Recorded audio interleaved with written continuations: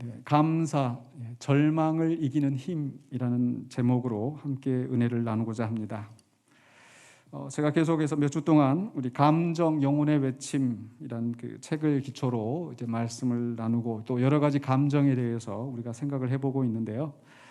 사실 오늘 순서가 이제 절망에 대한 것이었습니다. 절망. 그래서 이제 돌아오는 주일은 추수감사주일이니까 이제 절망은 좀 건너뛰고 아니면 좀 추수감사주일 설교를 하고 이제 절망에 대해서 이야기를 해야겠다 이렇게 생각을 했는데 그 부분에 이제 뭐라고 돼 있나 어쨌든 읽어봤습니다. 그런데 절망에 대한 그 단원이 이렇게 시작을 합니다. 오늘은 추수감사절이다. 절망에 대해서 이야기를 하면서 오늘은 추수감사주일이다, 절이다 이렇게 하니까 이게 뭐지? 하는 생각이 들었습니다. 계속해서 이렇게 되어 있는데요. 그런데 무엇을 감사해야 한단 말인가? 침대에서 몸을 일으키지 못한 지가 벌써 4년째다. 누군가 밥을 침대까지 가져다 주어야 겨우 먹을 수 있다. 94번째 추수감사절이다. 멜바 할머니는 속으로 중얼거렸다. 이 망할 요양원에서 8년이나 있었구만. 그 중에 4년은 일어나서 밥도 못 먹는 신세로 지났고 멜바 할머니 곁에는 아무도 남아있지 않았다. 남편은 이미 35년 전에 세상을 떠났다. 죽도록 일만 하고 먹고 살 걱정만 하다가 눈을 감았다. 멜바 할머니의 딸은 작년에 73살 나이로 세상을 떠났다. 딸도 과부였다. 왜 이렇게 오래 살아서 자녀가 죽는 모습까지 지켜보아야 하는 걸까? 다른 친구들처럼 오래전에 죽었다면 얼마나 좋았을까? 멜바 할머니는 이런 생각을 수도 없이 했다. 멜바 할머니는 더 이상 살고 싶은 마음이 없었다. 모든 것을 내려놓고 고달픈 인생을 하직하고 싶었다. 내가 죽든 살든 누가 상관이나 하겠어 하는 생각이 들자 할머니의 주름진 눈가에 주르르 눈물이 흘렀다. 추수감사주일을 맞이하지만 자신의 처지는 한없이 비참하고 그런 속에서 내가 무엇을 감사한다는 말인가? 라는 질문을 던지죠. 어쩌면 우리도 비슷하지 않을까 생각을 합니다. 추수감사주일을 맞이했다고 해서 다 모든 게 그냥 순탄하고 잘 진행되어서 막 감사가 넘쳐나는 것이 아니라 사실 따지고 보면 너무 절망스러운 상황이 아닌가.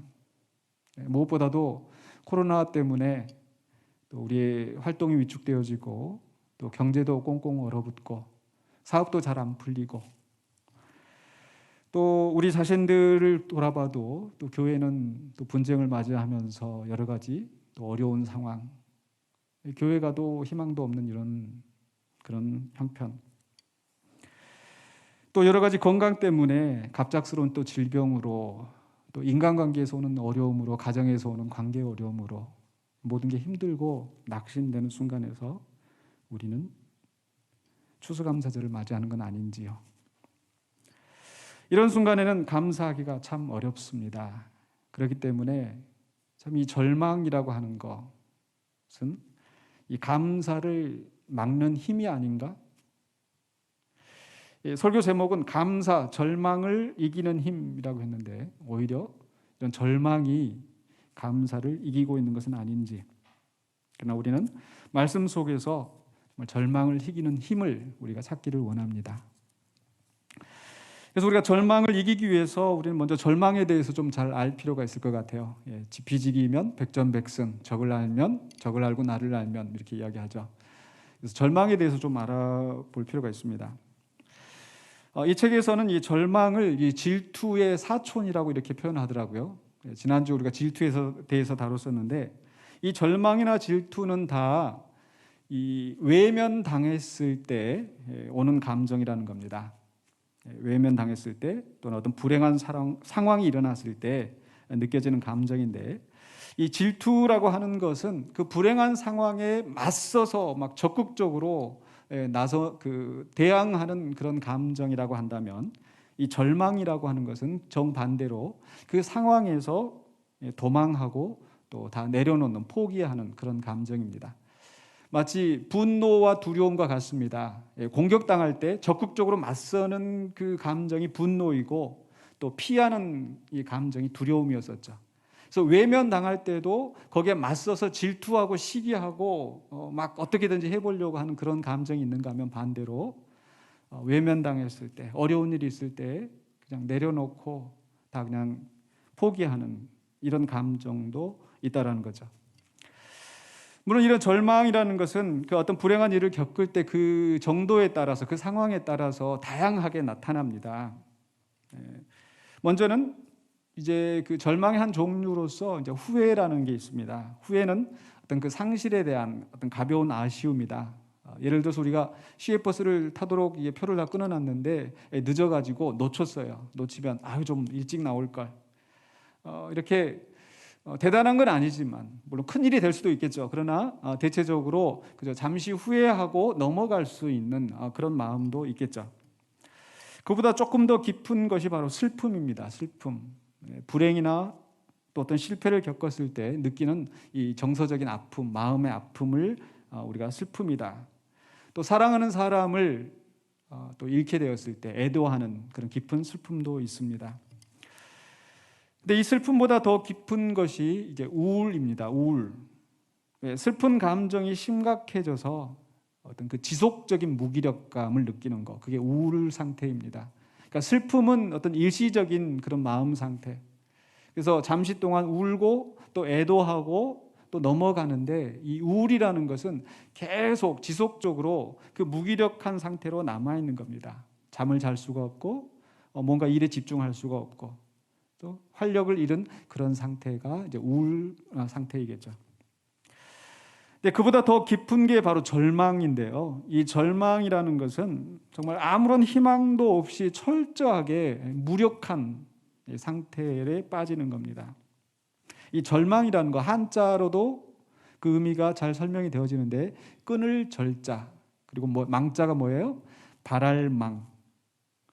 그러니까 바라는 게 더 이상 없어요. 기대가 없어요. 기대가 없으면은 뭔가를 해야겠다는 의욕도 사라집니다. 우리가 어떤 불행한 상황이라 하더라도 뭔가를 좀 해보려고 하고 지푸라기라도 잡으려고 하고 발버둥 치고 할 때는 그래도 괜찮은데 내가 이렇게 해봐야 무슨 소용이 있을까? 내가 뭘 어떻게 할 수 있을까? 이런 무력감에 빠질 때는 모든 것을 내려놓고 자포자기 상태에 빠지게 되죠. 물론 어떤 사람은 이런 절망스러운 상황에서 아예 안 그럴 거야, 괜찮을 거야 라고 억지로 부인할 수도 있습니다. 또 그런가 하면은 어떤 바쁜 일을 만들어서 그것을 잊어버리고 망각하고 그냥 어디 한쪽에 제쳐둘 수도 있겠죠. 그러나 그렇게 한다 하더라도 이 문제는 해결되지 않고 여전히 깊은 절망 속에 있을 수가 있습니다. 우리 그리스도인들은 어떨까요? 이런 어려운 상황 속에서 갑작스러운 그런 어떤 불행이나 재난을 겪었을 때 보통 우리는 절망은 비신앙적인 것으로 생각을 합니다. 왜냐하면 성경은 항상 기뻐하라.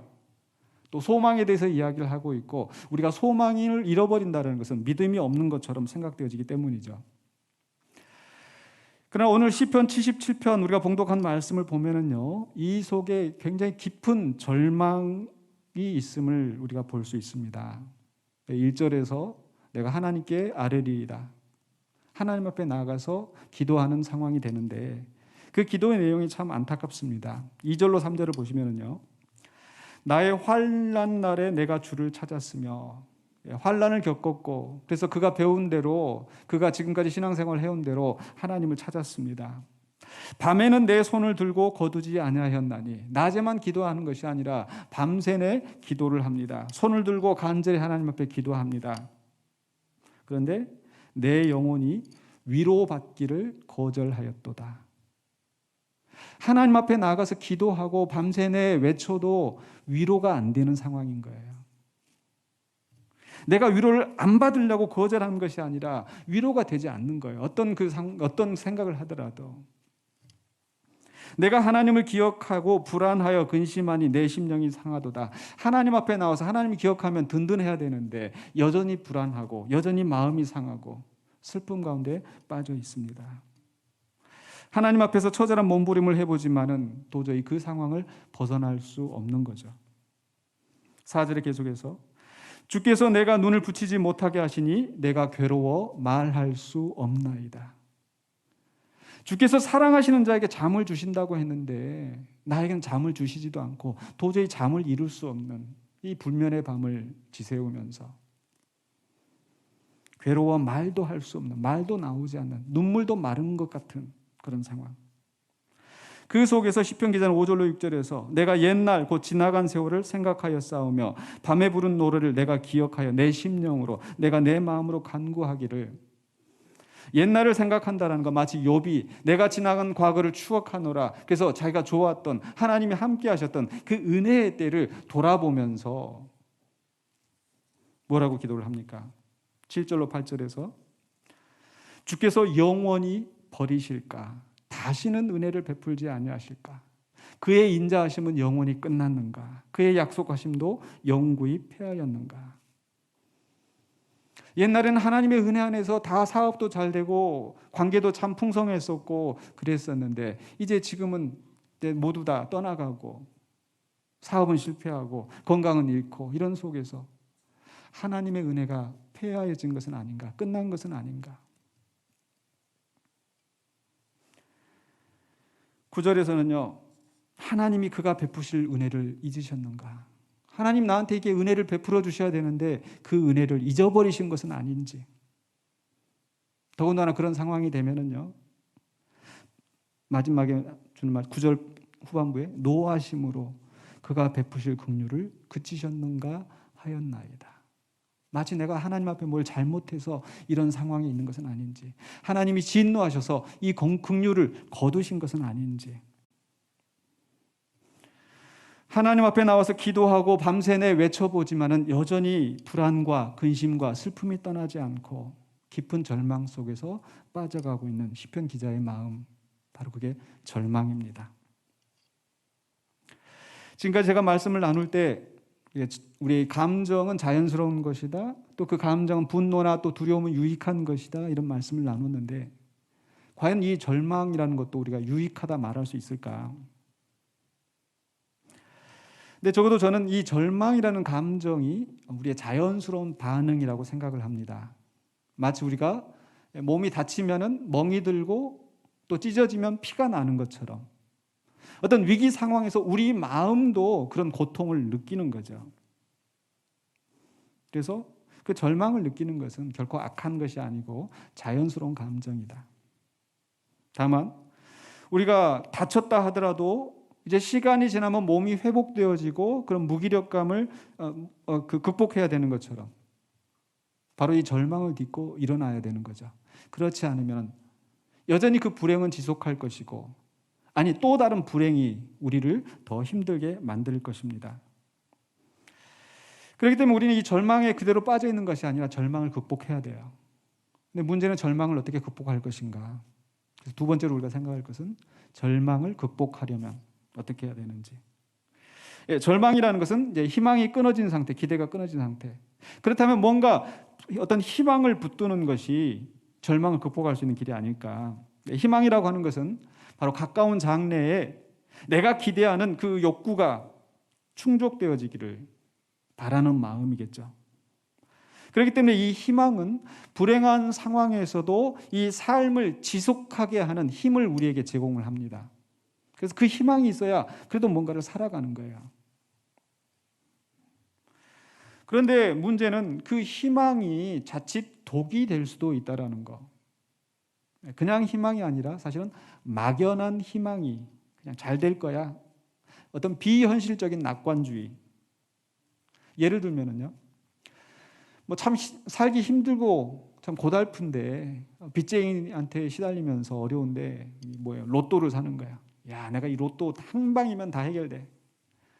도박을 하면서 내가 이게 한 번에 내가 다 해결할 수 있어. 바람직하지 못한 희망인 거죠. 근데 로또가 당첨이 안 되면 더 깊은 수렁에 빠지게 되는 거. 비현실적인 낙관주의, 막연한 희망은 독이다. 실제로 그 빅터 프랭클이라고 하는 분이요, 그 정신과 의사인데 죽음의 수용소에서라는 책에서 이렇게 이야기를 합니다. 이분은 이제 그 2차 세계대전 당시에 그 포로 수용소에 갇혀 있다가 이제 나와서 그곳에서 겪었던 경험을 또 이렇게 책으로 펴냈는데요. 이런 이야기입니다. 1944년 성탄절부터 1945년 새해에 이르기까지 일주일간 사망률이 일찍이 볼 수 없었던 추세로 급격히 증가했다. 주치의의 말에 의하면은 바로 이 기간 동안에 사망률이 증가한 원인은 더욱 가혹해진 노동 조건이나 식량 사정의 악화, 기후의 변화, 또 새로운 전염병 때문이 아니라고 했다. 그러니까 가장 기쁘고 행복해야 될 성탄절부터 신년 때까지 오히려 사람들이 많이 죽었다라는 거예요. 그런데 이유를 알 수가 없다는 거죠. 근데 그 이유가 뭘까 생각을 해보니까 그것은 대부분의 수감자가 성탄절에는 집에 갈 수 있을 것이라는 막연한 희망을 품고 있었기 때문이라는 것이다. 그 시간이 다가오는데도 희망적인 뉴스가 들리지 않자 용기를 잃었으며 절망감이 그들을 덮쳤다. 이것이 그들의 저항력에 위험한 영향을 끼쳤고 그중 많은 사람들이 사망하기에 이른 것이다. 뭔가를 기대하고 있었는데 그것을 붙잡고 기다리고 있었는데 되지 않았을 때 오히려 더 약해지고 더 무너진다는 거죠. 또 이런 막연한 희망이 아니더라도 우리가 사람을 의지하는 경우가 있습니다. 사업에 실패해서 돈을 빌리면서 내가 이 사람한테 가면은 내가 이 사람 도와주겠지. 또 내가 억울한 일을 당해서 이 사람은 내 마음 알아주겠지. 그런데 그 사람마저도 나를 외면했을 때 우리는 더 깊은 절망을 느낍니다. 어떻게 저 사람까지 저럴 수 있을까? 그래서 이 저자는 그런 비현실적인 막연한 희망이라는 말에 대해서 이제 순진한 희망, 또 순진한 인간 중심적인 희망은 위험하다. 왜냐하면 다시 좌절을 겪으면 더 깊은 절망에 빠질 것이기 때문에라고 이야기를 하죠. 실제로 성경에서도 그런 예가 있습니다. 에스겔서 29장 6절로 7절에 보면은요 이렇게 말씀합니다. 애굽은 본래 이스라엘 족속에게 갈대 지팡이라. 지금 이스라엘 백성들이 바벨론의 침입을 받을 때, 아수리의 침략을 당할 때 북쪽에서 이제 큰 군대가 쳐들어오면은 바로 남쪽에 있는 강한 나라 애굽을 의지하고 애굽의 도움을 청하는 겁니다. 그런 역사들이 많이 있었어요. 하나님은 말씀하시기를 애굽은 갈대 지팡이라. 우리가 산에 올라갈 때 이제 힘들면은 이제 지팡이를 찾아요. 나뭇가지를 찾아가지고. 근데 그 나뭇가지가 튼튼한가 안 튼튼한가 이렇게 잡아보고 지팡이로 쓰지 그냥 툭 부러지는 거 지팡이로 쓰지 않지 않습니까? 근데 갈대를 가지고 지팡이를 삼으면 그 지팡이를 짚다가 그게 부러지면 어때요? 더 크게 다치겠죠.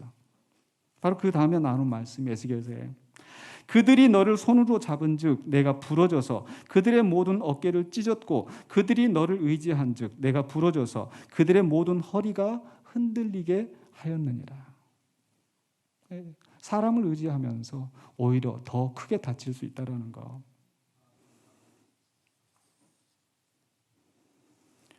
그러면 어떻게 할 것인가? 어떻게 하면 이 절망을 딛고 일어설 수 있을 것인가? 결국 에스겔 선지자나 또는 이사야 선지자가 애굽은 썩은 지팡이라 이렇게 말을 하면서 하는 이야기가 뭐예요? 하나님을 의지하라, 하나님을 찾으라는 거죠.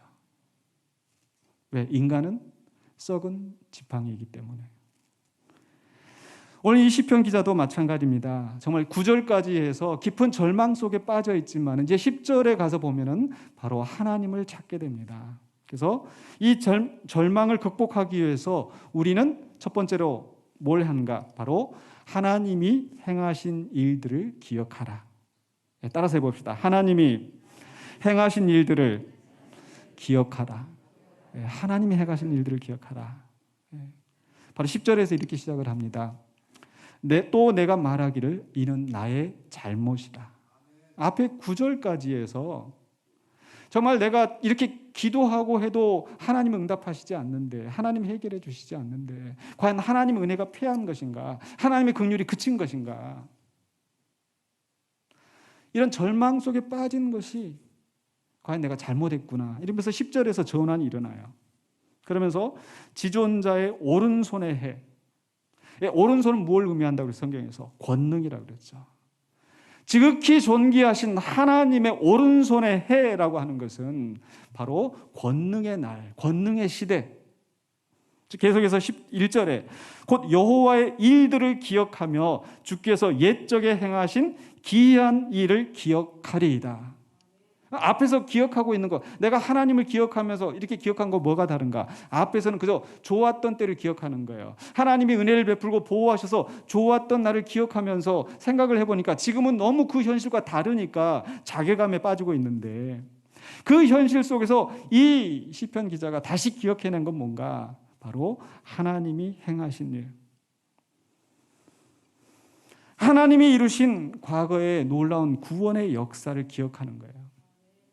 머릿속으로만 기억하는 것이 아니라 소리로 읊조린다. 12절에 나오죠. 또 주의 모든 일을 작은 소리로 읊조리며 주의 행사를 낮은 소리로 되뇌리이다.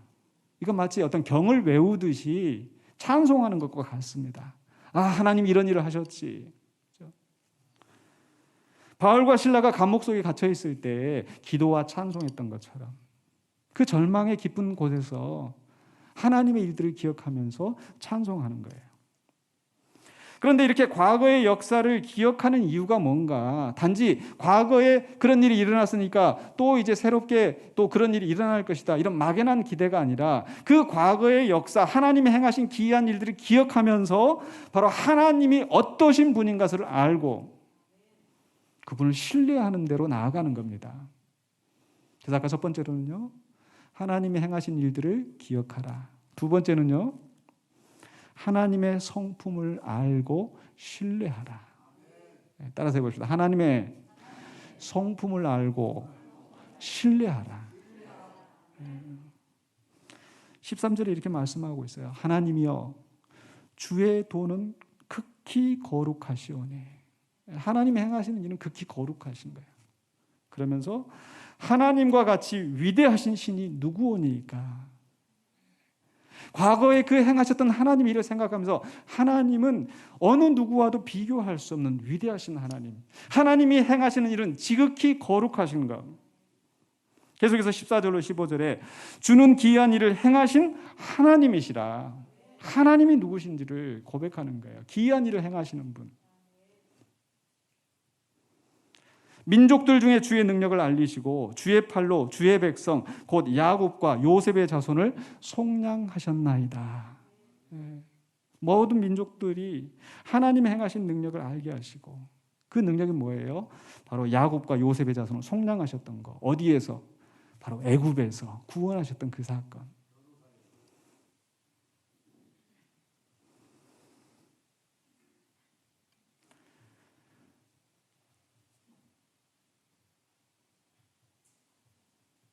바로 하나님이 야곱과 요셉의 자손을 속량하셨던 그 사건. 그래서 그 다음에 16절로 20절에 뭐라고 말씀하고 있어요? 바로 16절에서 물이 요동하고 땅이 요동하고 바로 이 홍해의 사건을 시적으로 표현하는 거예요. 그러면서 하는 얘기가 뭐예요? 19절에 주의 길이 바다에 있었고 주의 곧은 길이 큰 물에 있었으나 주의 발자취를 알 수 없었나이다. 주의 길이 바다에 있었다는 건 뭐예요? 하나님께서 그 홍해 가운데 길을 내시고 이 백성을 지나오게 하셨던 그 역사.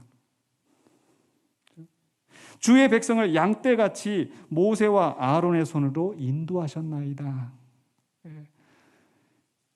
마치 목자가 양을 인도하는 것처럼 하나님께서 모세와 아론을 앞장 세우셔서 그 백성을 애굽에서 홍해의 그 위기에서 건져 나오게 하셨다는 거죠. 바로 이 출애굽을 기억하는 것은 바로 이 시편 기자에게 현재의 고난을 이겨나갈 수 있는 힘이 되었습니다. 그래서 이 책의 저자는요, 바로 출애굽에 대한 기억은 현재의 고난에 대한 방파제였다. 하나님이 그런 위험에서 구해 주실 수 있다면 현재의 고난과 역경에서 구해 주시지 못할 이유가 무엇이 있겠는가?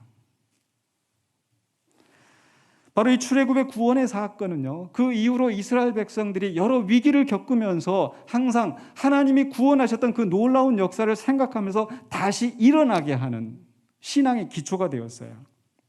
그렇기 때문에 이사야 선지자도 그 바벨론 포로에 끌려가 있는 이스라엘 백성들에게 위로의 말씀을 선포하면서 하셨던 말씀, 바로 이사야서 43장 19절에 보라 내가 새 일을 행하리니 이제 나타낼 것이라. 바로 그 새 일이라는 게 뭐예요? 너희가 그것을 알지 못하겠느냐? 반드시 내가 광야의 길을 사막의 강을 내리니. 뭘 의미합니까? 바로 옛날에 하나님께서 이스라엘 백성을 홍해에서 건져내시고 광야를 지나가게 하셨던 것처럼 이제 하나님께서 바벨론의 포로에 끌려가 있던 그 이스라엘 백성들을 다시 구원하여 내시고 약속의 땅으로 돌아가게 하시겠다는 그것을 보증하는 겁니다.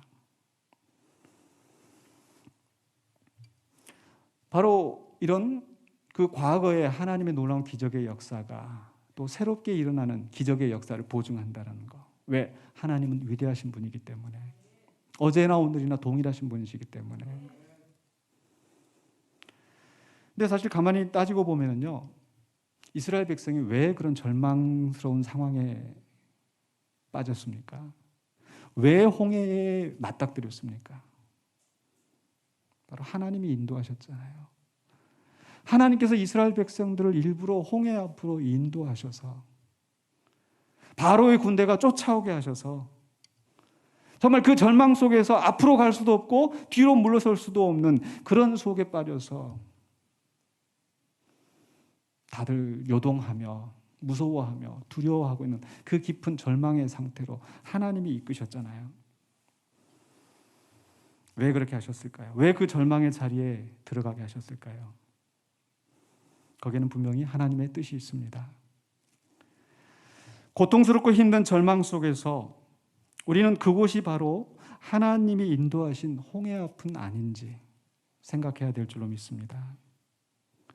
바로 그 절망스러운 상황에서 우리는 하나님을 더 찾게 되고 그 가운데 오늘 이루시는 하나님의 구원을 보라. 너희는 가만히 있어서 하나님이 어떻게 구원을 이루시는지 우리에게 보게 하시면서 하나님을 더 깊이 신뢰하고 더 깊은 교제에 들어갈 수 있도록 하시지 않겠습니까? 그렇기 때문에 이 저자는 의로운 절망은 독선적인 자아를 무너뜨린다. 내 힘으로 내 생각대로 다 할 수 있을 거라고 착각을 했었는데 그게 아니구나. 사람을 의지하면 될 거라고 생각을 했는데 그게 아니구나. 무너지게 하시고 그러나 그 속에서 정말 해답을 찾아 부르짖으면서 고통 속에서 하나님 앞으로 더 가까이 다가서게 만든다라는 겁니다. 자, 계속해서 이 책에서 이렇게 설명을 하고 있어요. 문제와 고통이 가득한 세상에 홀로 버려진다는 것, 그보다 불행한 일이 어디 있겠는가? 그러나 하나님은 지혜로운 분이시다. 우리가 스스로 만족하며 평범한 삶에 빠져 지내는 것을 허락지 않으시고 하나님 없이 사는 삶이 어떤지를 경험하게 하신다. 우리의 착각과 환상을 깨버리기 위해 나아가 그분과의 더 깊은 관계로 이끄시기 위해 하나님은 우리를 내버려 두시는 것이다. 이것이 하나님이 우리를 홍해 앞으로 인도하시는 뜻입니다. 역시 비슷하게 이만열 교수님, 숙명여대 지금 이제 명예교수 은퇴하시고 명예교수님인데 우리 총신에 나와서 강의하실 때 저도 그분께 몇 번 강의를 들었습니다. 그분이 그 뉴스엔조이에 이런 기사를 쓰셨더라고요. 기사의 제목은 인간의 끝은 하나님의 시작이다. 그 기사의 내용 속에서 이런 말이 있었어요. 희망은 가능성을 계산하는 데서 시작되는 것이 아니라 인간이 내 힘으로는 도저히 불가능하다고 철저히 절망하는 거기에서 시작된다고 믿는다. 바로 이 인간의 절망이 하나님이 시작하는 시점이라는 것. 그래서 인간의 절망에서 하나님의 능력은 비로소 나타나게 된다는 것을 믿고 있다. 근데 사실 이런 말씀을 우리 이만열 교수님이 처음 하신 게 아니라 17세기에 영국의 그 목사님이 있었는데 그분이 이렇게 얘기를 했어요. 존 플레이볼이라는 분인데 Man's extremity is God's opportunity. man's extremity.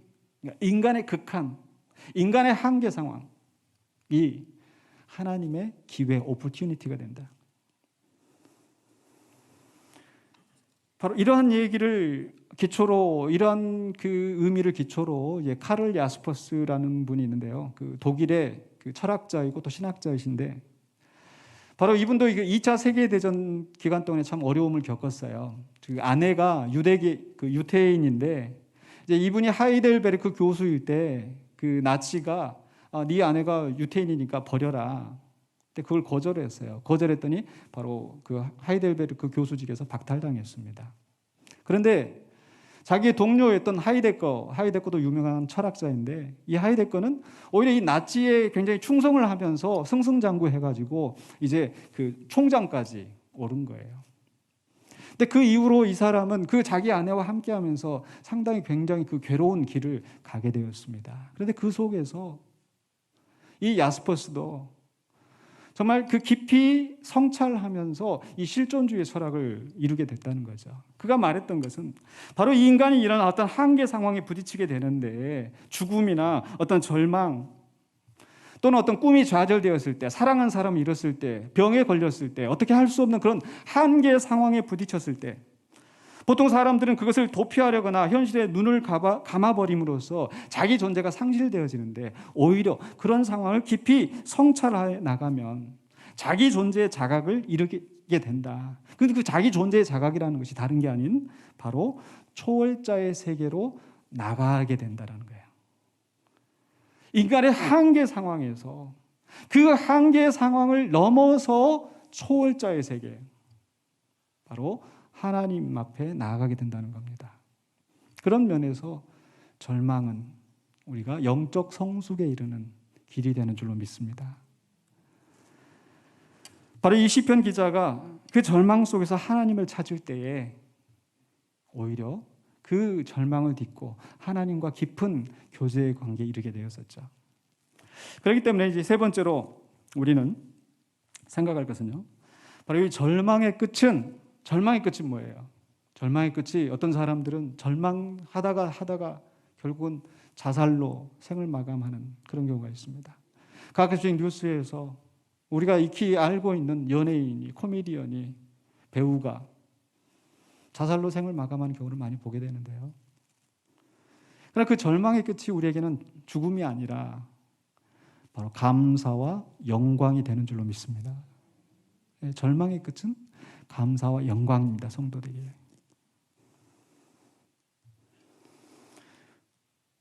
왜냐하면 이 고통스러운 상황 속에서 우리가 깊은 절망에 빠지는데, 그 절망 속에서 우리가 하나님 앞에 나아갈 때 하나님 우리를 구원하시고 또 그 속에서 영적인 성숙을 이루게 하기 때문에, 그리고 그 다음에 뭐예요?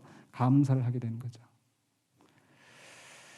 아까 제가 말씀드릴 때 절망을 극복하는 길이 뭐라고 그랬습니까? 두 가지 말씀드렸죠. 하나님이 행하신 일들, 하나님이 과거에 나를 구원하셨던 그 사건을 기억하고 하나님이 어떤 분이신을 알고 신뢰하는 거, 그게 절망을 극복하는 길이라고 그랬잖아요. 근데 감사는 뭐예요? 감사. 사실 이 과정이 감사하는 것과 같습니다. 제가 신학교에서 학생들에게 이 시편을 가르칠 때에 이 시편에는 찬양시가 있고 감사시가 있다. 근데 찬양시와 감사시가 어떻게 다른가? 찬양시는 하나님의 성품을 그냥 찬양하는 거예요. 하나님 인자하시다, 하나님 선하시다. 근데 감사시는 똑같이 하나님을 높이는 것 같은데, 하나님이 하신 구체적인 일들, 특별히 나에게 하셨던 일들, 내가 역경과 고난의 상황이 있었는데 그 고난을 이겨내게 하시고 구원하셨던 그 하나님의 일을 생각하면서 감사하는 것이 바로 감사시입니다. 그렇기 때문에 이 절망을 극복하는 것이나 감사하는 것이나 같은 이야기라는 거예요. 그렇기 때문에 우리는 이 절망의 끝은 감사이다. 왜냐하면 불행을 겪고 절망하다가 하나님을 신뢰하고 하나님께 나아가서 구원을 얻고 나면 그 다음에 하는 게 뭐예요? 감사하는 거잖아요. 감사. 그게 감사시라고 했잖아요. 그래서 절망의 끝은 뭐다? 감사이다. 근데 또 다르게 생각하면요, 이 감사하는 것은 절망을 이기는 힘이 될 줄로 믿습니다. 오늘 말씀의 제목이 감사, 절망을 이기는 힘. 왜냐하면 이 감사하는 것이 하나님의 하신 일을 기억하는 거라고 그랬잖아요. 근데 이 절망에 빠졌을 때 우리가 해야 하는 일은 뭐다? 하나님의 행하신 일을 기억하는 거다. 그 말은 우리가 절망에 빠졌을 때 어떤 사람이 하나님의 행하신 일을 잘 기억할까요? 평소에 하나님의 행하신 일을 기억하면서 감사하는 사람이 그 절망 속에 있을 때 하나님의 행하신 일을 더 잘 기억하지 않을까요? 뭐 보통 우리 하는 말 있잖아요. 고기도 어떤 사람이 잘 먹는다? 먹어본 사람이 잘 먹는다. 그러니까 평소에 그냥 무슨 일이 일어났을 때 그냥 넘기는 사람이 아니라 이거 하나님 하셨지. 하나님 나를 이렇게 구원하셨지. 하나님이 이루셨지. 감사하는 사람은 그런 절망 속에 빠져 있을 때 맞아. 하나님 그때 그 일을 이루셨지. 그걸 생각하면서 딛고 일어설 수 있는 거예요. 그래서 감사는 절망을 이기는 힘이 되고 절망을 이기는 훈련이 되는 줄로 믿습니다. 또 이 절망의 끝은 뭐냐? 절망의 끝은 감사이고 또 절망의 끝은 뭐예요? 영광이다. 왜냐하면 절망스러운 상황에 있지만은 그러나 궁극적으로 하나님께서 그 사람을 구원하시고 영화롭게 하실 것이기 때문에 또 그 속에서 믿음이 깊어지고 하나님과 깊은 교제에 들어가게 되고 하나님께 영광 돌리게 될 것이기 때문에 그렇기 때문에 절망의 끝은 뭐다? 감사와 영광이다. 바로 우리 예수님이 그런 모범을 우리에게 보여주셨어요.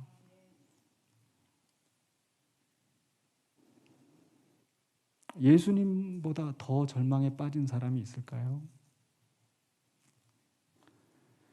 예수님은 하나님의 아들이셨는데 모든 만물이 그로 말미암아 창조되었고 모든 만물이 그를 위해 창조되었는데 그분이 우리와 같은 약한 인간이 되시고 육신을 입으시고 이 땅에 오셔서 배고프시고 눈물 흘리시고 시험당하시고 목마르시고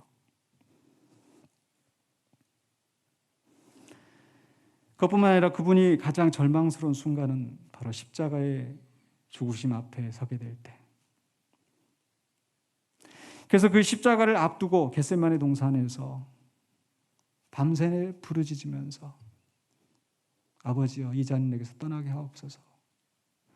그렇게 기도하실 때 얼마나 절망스러우셨을까. 또 사랑하는 제자들에게 나를 위해서 기도해 달라고 하는데 그 제자들은 보니까 잠만 자고 있는 거예요.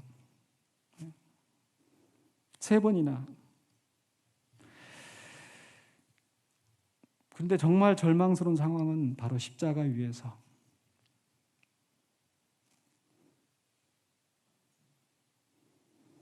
그렇게 믿었던 당신은 하나님의 아들이고 그리스도라고 했었던 그 제자들조차도 당신을 떠나고 당신을 부인하고 저주하고 원수들은 더 크게 소리치면서 조롱하고 멸시하고 네가 하나님의 아들이야? 네가 유대인의 왕이야? 침을 뱉고 손을 들어서 때리고 칼로 창으로 찌르고 사랑하는 사람들에게서 외면당하고 원수들에게서 짓밟힘 당하시고 근데 그보다 더 절망스러운 것은 나의 하나님 어찌하여 나를 버리셨나이까? 어찌하여 나를 버리셨나이까? 절망이라고 하는 것은 우리가 외면당했을 때 느끼는 감정이라고 했습니다. 근데 사람에게만 버림받을 뿐만 아니라 사람에게만 외면당하실 뿐만 아니라 그 동등하신 하나님으로부터 외면당하셨을 때 우리 주님이 느끼셨을 그 절망.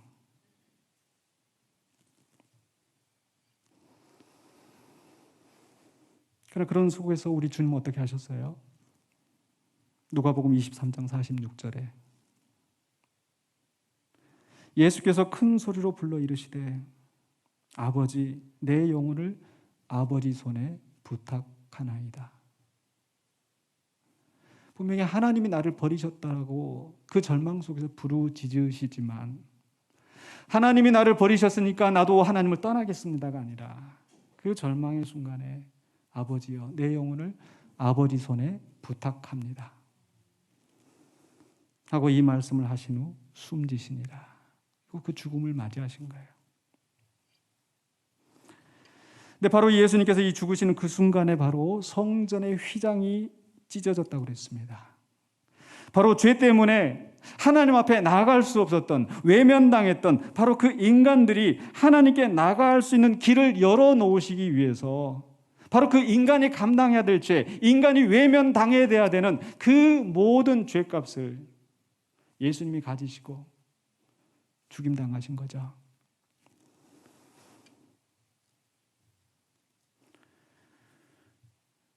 그렇기 때문에 오늘 히브리서 2장 9절에서 이렇게 말씀합니다. 오직 우리가 천사들보다 잠시 동안 못하게 하심을 입은 자 곧 죽음의 고난받으심으로 말미암아 영광과 존귀로 관을 쓰신 예수를 보니, 모든 만물이 그 발 아래 있다고 하는데 예수님은 그 죽음의 고난을 받으시고 나서 영광과 존귀를 받으셨는데 왜 그렇게 하셨는가? 이를 행하심은 하나님의 은혜로 말미암아 모든 사람을 위하여 죽음을 맛보려 하심이라. 우리가 죽어야 할 죽음을, 우리가 외면당해야 되는 그 고통을, 우리가 겪어야 될 그 절망을 짊어지시고 우리 예수님이 죽음을 맛보신 겁니다. 근데 이 사건은요, 십자가의 죽음의 사건은 거기서 끝나는 게 아니죠. 예수님이 나를 위해 죽으셨으니까 이제 그 죄값을 치르고 예수님이 거기에 그대로 계시는 것이 아니라 우리 하나님이 어떻게 하셨어요? 2장 10절에 그러므로 만물이 그를 위하고 또한 그로 말미암은 이가 많은 아들들을 이끌어 영광에 들어가게 하시는 일에 그들의 구원의 창시자를 고난을 통하여 온전하게 하심이 합당하도다. 온전하게 하신, 누구를 온전하게 하신 거예요? 누구를 온전하게 하신 거예요? 이 말씀 속에서 바로 예수님을, 하나님의 아들을. 우리 하나님은, 예수님은 죄가 없고 흠이 없으신 분이신데, 완전하신 분인데 바로 이 고난을 통하여 더 온전하게 하셨어요. 고난을 통하여 영광과 존귀에 이르게 하셨어요. 그러니까 이 예수님의 십자가의 이 사건은 바로 이 절망 속에서 우리가 어떻게 해야 되는지를 보여주셨을 뿐만 아니라 그 절망의 끝이 영광의 길이라는 것을 우리에게 보여주신 거예요. 그리고 바로 이 사건은 바로 아버지가 아들을 영화롭게 하고 아들이 아버지를 영화롭게 하는 사건이 된 줄로 믿습니다. 그렇기 때문에 절망의 끝은 뭐다? 영광이다. 절망의 끝은 감사이고 영광이 되는 줄로 믿습니다. 이제 말씀을 마무리하려고 합니다. 우리에게는 이런 절망의 상황이 있을 수 있습니다. 우리의 삶을 돌이켜볼 때 정말 내가 어떻게 할 수 없는, 정말 이해할 수 없는, 왜 이런 일이 나한테 일어날까? 사랑하는 사람을 잃기도 하고 사업의 실패를 겪기도 하고 사람들에게 멸시와 조롱을 당하며 짓밟히기도 하고, 그런 속에서 우리는 깊은 절망에 빠집니다. 근데 이 절망이 결코 악한 것이 아니라 우리는 그 절망 속에서 하나님 앞에 나아갈 수 있어요. 하나님께서 그 절망을 우리에게 허락하신 분명한 이유가 있어요. 그것은 바로 하나님의 기회가 되고 우리의 영적 성숙을 이루는 길이 될 줄로 믿습니다. 모든 절망이 그렇게 되는 게 아니고요. 바로 의로운 절망, 하나님 행하신 일을 기억하면서 하나님의 성품을 알고 하나님 앞에 신뢰한 때에 하나님께서 우리를 그 절망의 상황에서 건져내시고 우리를 영원하게 하실 줄로 믿습니다. 그 일을 위해서 우리는 뭘 해야 된다고요? 평소에 무슨 훈련을 해요? 감사의 훈련, 감사의. 하나님 나한테 이런 일을 하셨지. 비록 아무것도 없는 것 같지만 그 속에서도 하나님이 나에게 행하셨던 일을 생각하면서 하나님께 감사를 돌릴 때 하나님께서 기쁘게 우리를 또 받으시고, 또 그 절망 속에서 우리가 하나님을 기억하면서 하나님께 나아갈 때 하나님 우리를 영화롭게 하실 줄로 믿습니다. 그래서 감사하면서 절망을 이기시는 저와 여러분이 되시기를 주의 이름으로 축원합니다. 기도하겠습니다. 거룩하신 아버지 하나님 은혜를 감사합니다. 우리가 연약하고 부족하지만 고난의 상황 속에서 어찌할 바를 몰라 두려워하며 또 좌절하며 낙심하고 있는 우리의 모습을 우리의 연약함을 주님께서 아시는 줄로 믿습니다. 친히 그 깊은 절망에 빠졌던 주님께서 우리의 사정을 아시고 우리를 도우시는 줄로 믿습니다. 우리도 그 주님을 바라보면서 믿음으로 일어서는 자가 되게 하여 주시옵소서. 우리가 당하고 있는 이 절망의 상황을 주님께서 아시오매 주님께서 친히 구원의 손길을 우리에게 베푸시사 이 어려운 상황을 이겨내고 주께 영광 돌리는, 주께 감사하는 그 순간을 맞이하게 해 주시옵소서. 특별히 우리가 추수감사절을 맞이하면서 주 앞에 감사의 제목을 찾고 주께 영광을 돌립니다. 이 감사가 또 우리를 더욱더 새롭게 하고 주 앞에 바로 서는 역사가 되게 하여 주시옵소서. 예수 그리스도 이름으로 기도하옵나이다. 아멘.